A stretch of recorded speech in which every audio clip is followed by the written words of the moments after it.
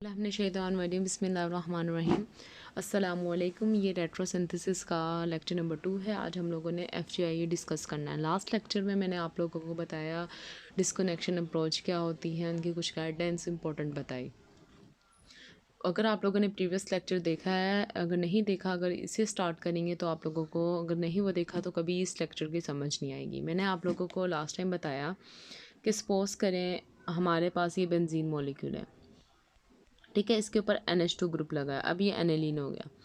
एनेलिन जो है, हम इसको डायरेक्ट डिस्कनेक्ट नहीं कर सकते। पहले हम बताएंगे ये आया कैसे इसके ऊपर, ये NH2 ग्रुप आया कैसे है। NH2 ग्रुप ज़ाहिरी बात है, पहले यहाँ पे नाइट्रो ग्रुप लगा होगा, नाइट्रो ग्रुप की रिडक्शन होगी हमारे पास, तब ये एनेलिन में कन्वर्ट हुआ होगा। कभी भी NH2 ग्रुप डायरेक्ट बेंजीन पे नहीं लगता, कभी भी डायरेक्ट नहीं लगता, ठीक है। इलेक्ट्रोफिलिक सब्स्टिट्यूशन से नहीं लग सकता। तो कैसे ही आया होगा, इस वजह से हम लोगों ने पहले इसको फंक्शनल ग्रुप इंटरकन्वर्जन, मतलब इसके पहले एक्चुअल सोर्स में कन्वर्ट करेंगे। जैसे आपको पता है कि बेंजीन के ऊपर हमारे पास NH2 ग्रुप जो है वो किसकी रिडक्शन से बनता है, NO2 की। NO2 ग्रुप नाइट्रेशन के प्रोसेस से आया। आपको ये पिछला बैकग्राउंड पता होना चाहिए। तो फंक्शनल ग्रुप क्या होता है कि एक functional group second functional group में हम लोग कन्वर्ट करवाते हैं ताकि उसकी डिसकनेक्शन जो है वो इजीली पॉसिबल हो। इसके लिए फंक्शनल ग्रुप इंटरकन्वर्जन के लिए आप लोगों को पहले अपनी कुछ बेसिक्स जो हैं वो रिवाइज़ करने चाहिए, जो आप लोग प्रीवियस पढ़ चुके हैं।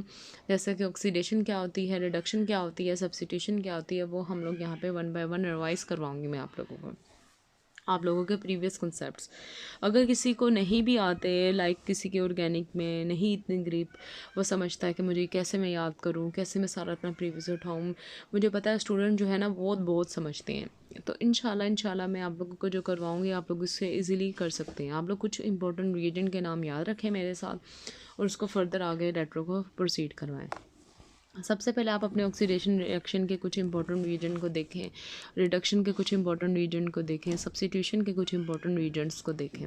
ऑक्सीडेशन में आप लोगों ने स्ट्रॉन्ग और weak oxidising agent, like oxidation, आपको पता है ऑक्सीडाइजिंग और रिड्यूसिंग एजेंट बहुत सारे हैं, आप कुछ मेन याद रखें इंपॉर्टेंट। पोटेशियम डाइक्रोमेट और KMnO4 हो गया, पोटेशियम परमैंगनेट हो गया, सल्फ्यूरिक एसिड हो गया, नाइट्रिक एसिड हो गया, ये सारे स्ट्रॉन्ग ऑक्सीडाइजिंग एजेंट हैं। रिड्यूसिंग एजेंट में आप PCC याद रख लें, हमारे पास एज हम PDC याद रख लें। PDC भी जो है वो भी हमारे पास एक weak reducing agent oxidising agent है। तो यहाँ तक आई होप आपको ऑक्सीडेशन का पता चल गया। ऑक्सीडेशन क्या होती है आपको पता है कि अगर हम लोग देखें इसमें एडिशन ऑफ क्या होती है, ऑक्सीजन होती है, और रिमूवल ऑफ क्या होती है, इलेक्ट्रॉन की रिमूवल होती है। दूसरा किसकी रिमूवल होती है, यहाँ पे हाइड्रोजन की रिमूवल होती है, ठीक है। आप रिडक्शन में देख लें, रिडक्शन में स्ट्रॉन्ग और वीक रिड्यूसिंग एजेंट है, वो मैं आपको नेक्स्ट बताती हूँ स्लाइड में। सब्स्टिट्यूशन में इलेक्ट्रोफिलिक एरोमेटिक सब्स्टिट्यूशन, इसका आप ना इसको इतना फोकस करें आप लोग, न्यूक्लियोफिलिक एरोमेटिक सब्स्टिट्यूशन जो है उसको भी देखें, और इलेक्ट्रोफिलिक सब्स्टिट्यूशन को भी देखना चाहिए, क्योंकि यहाँ पे नाइट्रेशन वगैरह का आपको पता होना चाहिए कि वो हमारे पास कैसे आए हैं, कैसे NO2 ग्रुप लगा है नाइट्रेशन के प्रोसेस से, अगर SO3H ग्रुप लगा है वो कौन से प्रोसेस से लगा है, सारा आप लोगों को उसकी हाव नाव होनी चाहिए। इंतहाई सिंपल है। नेक्स्ट अब हम लोग देखेंगे कि कौन कौन सा स्ट्रॉन्ग रिड्यूसिंग एजेंट है, उसको यहाँ पर डिस्कस करते हैं। रिड्यूसिंग एजेंट में हमारे पास जैसे हाइड्रोजन, पैलेडियम, चारकोल जो है वो स्ट्रॉन्ग रिड्यूसिंग एजेंट है। सोडियम बोरोहाइड्राइड जो है ये इतना स्ट्रॉन्ग रिड्यूसिंग एजेंट नहीं है। लिथियम एल्युमिनियम हाइड्राइड ये भी एक स्ट्रॉन्ग रिड्यूसिंग एजेंट है। जिंक अमलगम ये हम लोग इस्तेमाल करते हैं क्लीमेंसन रिडक्शन में। ये जो आप लोगों ने फर्स्ट ईयर सेकंड ईयर की केमिस्ट्री में पढ़ते हैं, और आगे भी क्लीमेंसन रिडक्शन एक बहुत इंपॉर्टेंट नेमिंग रिएक्शन है ऑर्गेनिक में, इसका भी आप लोगों को पता होना चाहिए। नेक्स्ट जो है यहाँ पे अब हम लोग कुछ बेसिक्स देखते हैं। बेसिक्स में हम लोग देखते हैं कि हमारे पास जो है कैसे CH3 ग्रुप बेंजीन के ऊपर लगा हुआ है, इसे हमारे पास क्या है, इसको टोलिन बोलते हैं, और ये एसिड में कन्वर्ट हो रहा है कार्बोक्सिलिक एसिड में। कार्बोक्सिलिक मीन्स के इसको हम लोग बेंजोइक एसिड बोलते हैं, जैसा कि आप जानते हैं। मैं जस्ट ये मीथेन इसकी CH3 की बात कर रही हूँ, कैसे एसिड में कन्वर्ट होगा। अब आपको पता है कि ये ऑक्सीडेशन हुई होगी किसी भी स्ट्रॉन्ग ऑक्सीडाइजिंग एजेंट की मौजूदगी में, लाइक KMnO4 की मौजूदगी में ये एसिड में कन्वर्ट हो रहा है। अगर मैं यहाँ पे PCC ले लूँ, वो एक वीक ऑक्सीडाइजिंग एजेंट है, वो कभी भी मिथाइल ग्रुप को नहीं करवाता कन्वर्ट। ये पूरा एक इसका मैकेनिज़्म है। आप लोगों का मैकेनिज़्म लिखें तो बेस्ट है, वरना रेट्रो में इतना कोई डेप्थ में जाने की ज़रूरत नहीं। बस आप लोग एक इम्पॉर्टेंट मेन पॉइंट याद रखें। अब याद रखें, अगर हमारे पास यहाँ पे C2H5 इथाइल ग्रुप भी होता, प्रोपाइल भी होता, सारे ग्रुप जो होते इजीली अप टू 100 आप चलती जाए, जितनी नंबर ऑफ़ कार्बन चेन होती है वो इजीली एसिड में कन्वर्ट हो जाती है। बट जो टर्शरी ब्यूटाइल है, टर्शरी ब्यूटाइल जो है आपको पता है वो कभी भी हमारे पास डायरेक्ट जो है नहीं कन्वर्ट होता। क्यों नहीं डायरेक्ट कन्वर्ट होगा, ये इसकी मेन रीज़न ये है, टर्शरी ब्यूटाइल देखें अगर ये बेंजीन के साथ है, बेंजीन को 5 से भी डोनेट कर सकते हैं। अगर जो है हम लोग देखें बेंजीन के साथ वाला जो कार्बन है उसमें कोई अल्फ़ा हाइड्रोजन नहीं है। अगर अल्फ़ा हाइड्रोजन नहीं है, यहाँ पे अल्फ़ा हाइड्रोजन की प्रेजेंस होना ज़रूरी है। यहाँ देखें मिथाइल में 3 अल्फ़ा हाइड्रोजन थे। अल्फ़ा हाइड्रोजन होगा तो वो चीज़ की ऑक्सीडेशन होती है, वरना यहाँ पे ऑक्सीडेशन पॉसिबल नहीं है। सो डैट्स वाई यहाँ पे ऑक्सीडेशन का फिनोमेना नहीं हो सकता, अल्फ़ा हाइड्रोजन कंपलसरी है।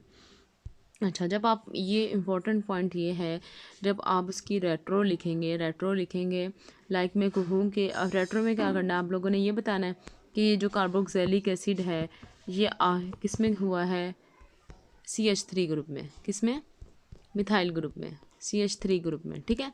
अब आप एसिड को ये मिथाइल ग्रुप में कन्वर्ट करवा रहे हैं, एरो के ऊपर अगर आप यहाँ पर रिडक्शन लिखेंगे गलत हो जाएगा। अब बच्चे कहेंगे क्यों रिडक्शन हुई है, एसिड से मिथाइल ग्रुप बना, नहीं, हम लोगों ने रेट्रो में ये बताना है, उल्ट बताना है, मतलब बता तो उल्ट रहे हैं बट ये ऑक्सीडेशन से आपको पता है मिथाइल गया है, तो यहाँ पे आप लोग रिडक्शन नहीं लिख सकते, यहाँ पे आप लोग रिडक्शन नहीं लिख सकते, ख़राब हो जाएगा। आप लोग यहाँ पे क्या मेंशन करें, आप लोग जब ये एरो बनाएंगे यहाँ पे आप लोगों ने ऑक्सीडेशन ही लिखना है, क्योंकि मिथाइल ग्रुप जो है उसकी ऑक्सीडेशन हुई होगी कि वो कार्बोक्सिलिक एसिड में बना है। बेशक आप रेट्रो करें बट आपने जो रिएक्शन है उसका आपने सीधी पॉसिबिलिटी बतानी है। तो यहाँ पे मैंने यही मेंशन किया है कि एसिड जब मिथाइल में जा रहा है तो आपने इधर ऑक्सीडेशन ही लिखना है, ये बहुत इंपॉर्टेंट बात है। सेकंड है कि अगर नाइट्रो ग्रुप है, NO2 ग्रुप लगा, उसकी रिडक्शन हुई होगी तो वो NH2 ग्रुप में होगा। अमाइड जो है उसकी भी रिडक्शन हुई होगी तो वो अमाइन में जाता है। साइनाइड की भी रिडक्शन हुई होगी वो अमाइन में जाएगा। अभी सब्स्टिट्यूशन रिएक्शन क्या होता है, सब्स्टिट्यूशन रिएक्शन होता है, सपोज करें मेरे पास ये एक चीज़ थी, ठीक है, और आपके पास ये थी, सब्स्टिट्यूट क्या होगा, आप कहें कि ये आप B मुझे दे दो, X आप ले लें, ये इस साइड पर रख में, मतलब कोई चीज़ सब्स्टिट्यूट हो जाना, आप क्या बन जाएगा, AB बन जाए और BX बन जाए। कोई चीज़ मतलब पूरी नहीं देनी, एक दूसरे से एक्सचेंज कर लेनी है। जैसे बहन भाइयों में भी अक्सर होता है कि हमें तुम मुझे अपनी वो चीज़ दे दो, मैं तुम्हें वो चीज़ दे दूँगी, लाइक अपना वो वाला सूट दे दो, मैं अपना दूसरा सूट दे दूँगी। यहाँ पर हम लोग क्या करें, एक दूसरे से कोई चीज़ सब्स्टिट्यूट करवा रहे हैं। इसी तरह ही यहाँ पे OH जो है सब्स्टिट्यूट हो रहा है किसी भी हैलोजन से। तो ये हमारे पास क्या है, आपको पता है एसिड की सब्स्टिट्यूशन से हमारे पास एस्टर बनता है, अमाइड बनता है, इतने टाइप के हमारे पास एसिड एनहाइड्राइड बनता है, एसिड हैलाइड बनता है। अब हम लोग डेली लाइफ में और भी डिफरेंट एग्जांपल्स देखते हैं कि कैसे फंक्शनल ग्रुप इंटरकन्वेनियन होती हैं। आप लोगों को बस बेसिक्स सिखा दी, अब आप लोगों को कुछ कुछ कंपाउंड के सिखाऊंगी मैं, FGI कैसे करते हैं। इंतहाई सिंपल है, इंतहाई सिंपल। अगर आपकी बेसिक्स रिवाइज हो गई हैं अब you can do it easily. So first of all we will discuss about the functional group interconversion of amine. Amine के इंटरकन्वेनियन से पहले अमाइन आपको पता है NH2 ग्रुप हो, यहाँ पे सेकेंडरी अमाइन है। सेकेंडरी अमाइन वो होता है कि अगर NH ग्रुप उस कार्बन के साथ अटैच हो जो मज़ीद आगे फर्दर 2 कार्बन के साथ अटैच हो, उसे हम लोग सेकेंडरी अमाइन कहते हैं, ठीक है। अभी हमारे पास सेकेंडरी अमाइन है। अब इससे सेकेंडरी अमाइन का आप केस देखें, हमारे पास ये एक टारगेट मॉलिक्यूल है। अब आप इसको यहाँ से भी डिस्कनेक्ट कर सकते हैं, इधर से भी डिस्कनेक्ट कर सकते हैं। डिस्कनेक्शन होगी, अब देखें डबल एरो लगाया इधर और इधर यहाँ पे वो मेंशन किया जिसको हमने डिस्कनेक्ट करना है। कौन सा, हम लोगों ने कंपाउंड CN ग्रुप को डिस्कनेक्ट किया, इस वजह से इधर CN लिखा। अब यहाँ पे RCH2 पॉजिटिव आ गया, मतलब आप, और RNH नेगेटिव आ गया। जो मोर इलेक्ट्रोनेगेटिव होता है वो अपने ऊपर नेगेटिव चार्ज रखना पसंद करता है, इस वजह से इस सिंथोन के ऊपर नेगेटिव चार्ज आया, उसके ऊपर पॉजिटिव चार्ज आया। अब आप इसके सिंथेटिक इक्विवेलेंट बना देंगे। मैंने बताया था कि यहाँ पे मैं हेलोजन इस वजह से लगा रही हूँ क्योंकि हम लोगों ने सिर्फ रेट्रो नहीं करके दिखानी होती, हमने लास्ट में सिंथेसिस भी लिखनी होती, फिर नंबर नहीं मिलते। तो मैं जब इसको दोबारा इसकी सिंथेसिस करवाऊंगी तब आपको समझ आएगी कि हेलोजन जो होते हैं वो अच्छे लिविंग ग्रुप होते हैं। सो डैट्स वाई यहाँ पे मैंने हेलोजन CL लिखा। अब देखें अब क्या हुआ, अब हमारे पास जो फाइनल बना, यहाँ पर हमारे पास जो प्रोडक्ट बना वो 1 डिग्री अमाइन है, वो वेरी लेस रिएक्टिव है सेकेंडरी अमाइन से। इस वजह से हमें FGI करना ज़रूरी है।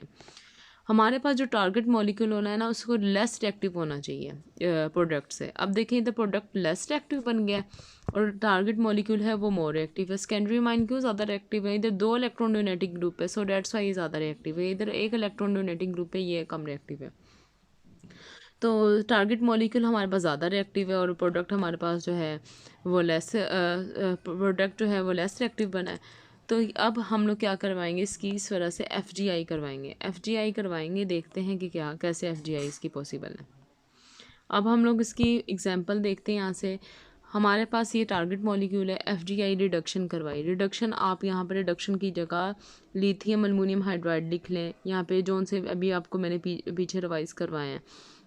ये रिड्यूसिंग कैसे रिडक्शन करवाएगा? रिडक्शन मींस कि ये इसकी हमारे पास अमाइड जो है ना उसकी रिडक्शन हुई होगी तो ये बनेगा। इस वजह से मैंने इसके एरो पे रिडक्शन लिखा और ये हमारे पास अमाइड में कन्वर्ट हो जाएगा। अमाइड जो है फिर लेस रिएक्टिव है अमाइन से, बिकॉज इसमें लोन पेयर जो हैं वो इन्वॉल्व हो जाते हैं रेजोनेंस में। देखें ये इसके ऊपर लोन पेयर है, ये रेजोनेंस में इन्वॉल्व हो जाएंगे तो इसके लोन पेयर इजीली अवेलेबल नहीं होते क्योंकि रेजोनेंस में इन्वॉल्व है। सो लोन पेयर जब रेजोनेंस में इन्वॉल्व है, सो डेट्स वाई ये कम रिएक्टिव है। नोट करें। फिर इसके बाद क्या होगा, इधर से हम लोग डिस्कनेक्शन, अब डिस्कनेक्शन करवाएंगे। पहले डिस्कनेक्शन करवाएंगे वो गलत हो गई। अब देखें अब डिस्कनेक्शन करवाई, इधर CN बॉन्ड लिखा, इधर हमारे पास ये कार्बोनाइल ग्रुप के ऊपर पॉजिटिव चार्ज आ गया और इधर ये आ गया। अब इसका आप सिंथेटिक इक्विवेलेंट ड्रा कर लेंगे। ये हमारे पास सिंथोन है और ये सिंथेटिक इक्विवेलेंट है। तो ये इंतहाई सिंपल है, इंतहाई सिंपल है। मैंने हेलोजन इस वजह से रखा, इधर टोसाइल ग्रुप भी लगा सकती थी क्योंकि ये अच्छा क्या है, अच्छा हमारे पास लीविंग ग्रुप है। ये तो होगी इसकी रेट्रो। अब रेट्रो के बाद हम लोग सिंथेसिस भी करके दिखाते हैं। सिंथेसिस में क्या है, पीछे हमारे पास प्रोडक्ट में अमाइन बना है, इधर ये बना है। अब ये वाले लोन पेयर इसकी इस वाले कार्बोनाइल कंपाउंड पे अटैक करेंगे, ये ऑक्सीजन का बॉन्ड इधर शिफ्ट होगा। जब दोबारा इधर शिफ्ट मारेगा हेलोजन एज आ गुड लिविंग ग्रुप यहाँ से रिमूव हो जाएगा और हमारे पास यहाँ पे टारगेट मॉलिक्यूल हमें इजीली ऑब्टेन हो जाता है। और आप लोगों ने ये बताना है कि हमारे पास ये बना है अमाइड बना है, अमाइड के आप रिडक्शन करवा लें तो टारगेट मॉलिक्यूल हो जाएगा। देखिए कितना सिंपल है। पहले इसकी रेट्रो लिखते होते हैं, बाद में क्या लिखते हैं, इसकी सिंथेसिस लिखते हैं। इंतहाई सिंपल है। नेक्स्ट अब हम लोग एग्जांपल नंबर 2 डिस्कस करते हैं।